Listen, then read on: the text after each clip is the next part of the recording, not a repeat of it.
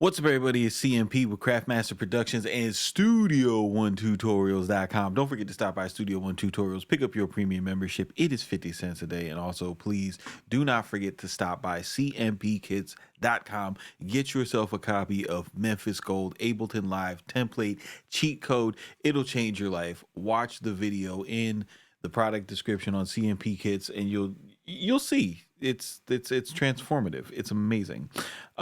Hit me up on IG if you guys have any questions, comments, or concerns. It's the easiest way to get a hold of me. Notifications or push notifications are turned on.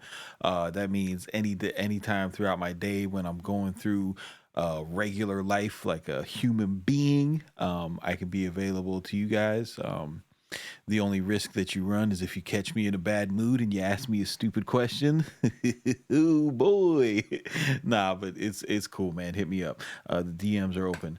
So today I want to show you guys a quick little piece of music theory that really helped me out, especially when writing melodies and doing compositions, and something that just like, keeps you grounded. So this is uh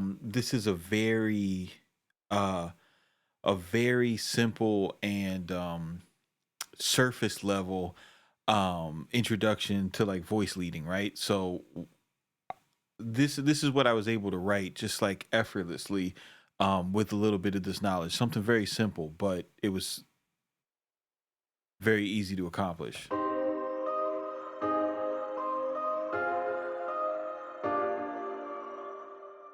So, nothing crazy, but it's just so easy to work like this, right?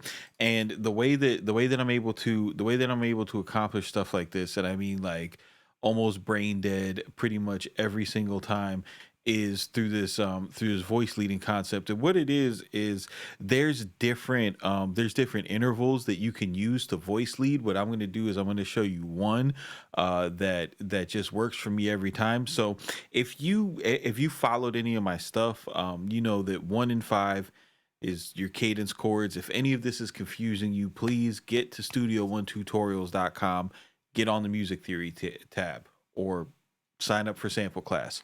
All right. So um when you write a when you're writing a chord progression, it's good to keep that information in mind, because pretty much when you're writing a chord progression, if you put 1 in the beginning and 5 at the end, whatever you put in the middle of those two chords is just going to be a part of the journey. But when you hear, like, for example, C minor, you do your 1 chord.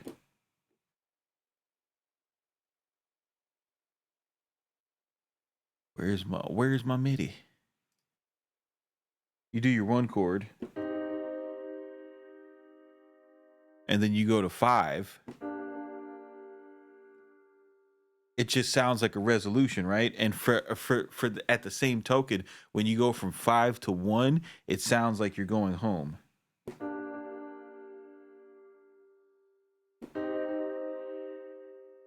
So so what you can do to kind of see this visually, in the piano roll, is what I like to do is to take and set the note colors to pitch.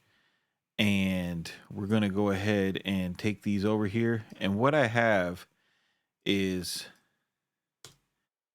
we got the 1 chord in the scale drawn, and then I'll go ahead and draw the 5. Here is 5, and then we go every other note in the scale, right?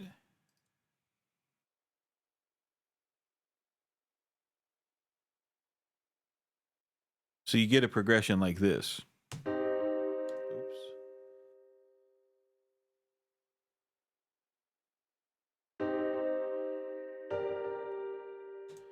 Right, but obviously that sounds a little weird. So what we're gonna want to do is invert this to make it sound like it was actually played by a human, right? Now, if you notice, this this D note right here is, when you bounce it down, it it lines up real nice to this 3 of the 1. Okay, so if I switch these up, the way that this progresses is it kind of lifts, right? So from D, and for hip hop vibes or for like creepy sample vibes and stuff like that, that's a really good lead. It's like a tense resolution, right?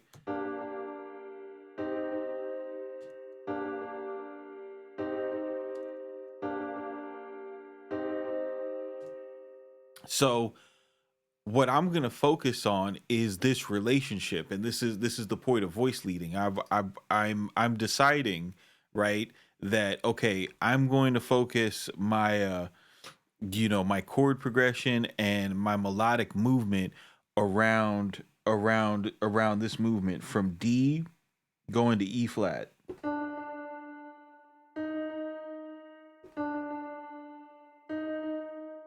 So, and what I mean by that is my whole journey in the chords and in the melody is going to be leaving D, moving around, and then winding back up on D flat. E flat, I'm sorry. So, when you think about it like that, now you can do things where it frees you up, especially like if you're playing it's really powerful, but visually if you want to draw it too, it frees you up to experiment with stuff like, hey, maybe I don't have to make a chord progression that starts on the 1. I'll show you what I mean. So maybe if I wanted to start with the 4, right?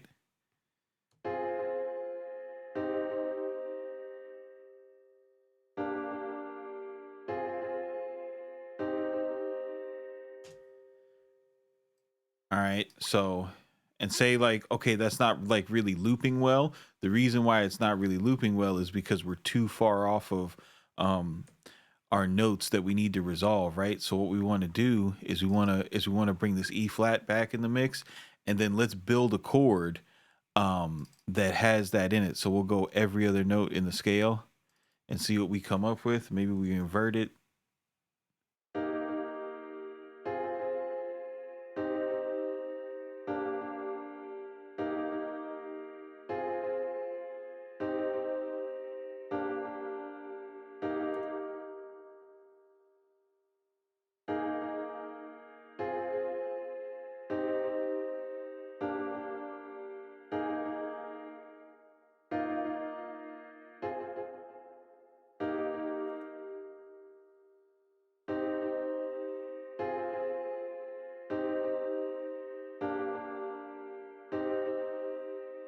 This just wound up sounding better. But as you can see, like going through it now, you have like a couple different options.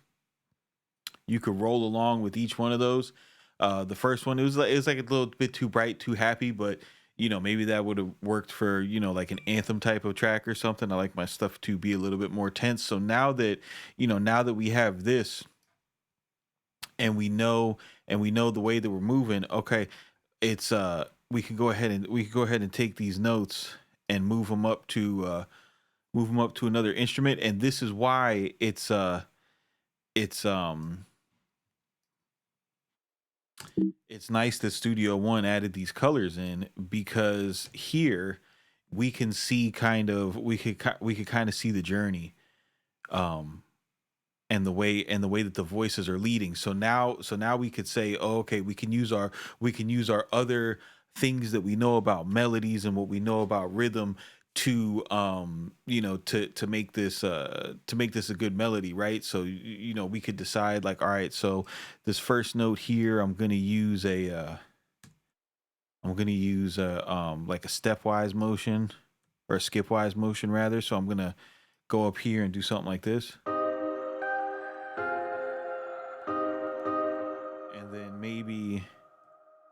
And then maybe for this piece, we'll decide that we're gonna walk down a little bit.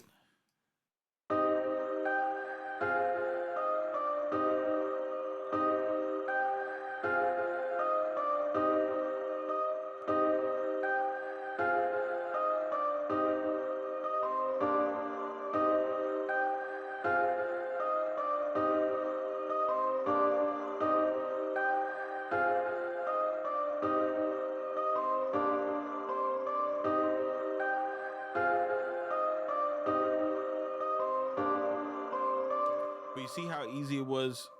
You see how easy it was for me to go ahead and wrap the notes around the chord progression. Um, this is all because like I know um, I'm going from E flat to D, right? And I know that I need to draw a journey that makes it there. And from here you could take these notes, highlight them, bounce them up an octave.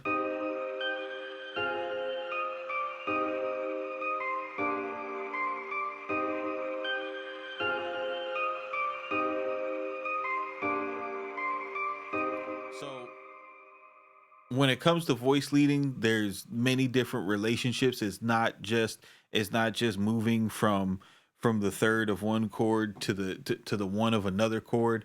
But the thing that is going to make it work really well for you is when you pick your cadence chords, right? So you're going to be doing some form of a 1-5 chord progression. You're going to be doing one form or fashion of a 1-4 chord progression, right? And then you pick it within those two chords. You pick what your leading tones are going to be, whatever that interval relationship that it is that you like, that's really moving to you.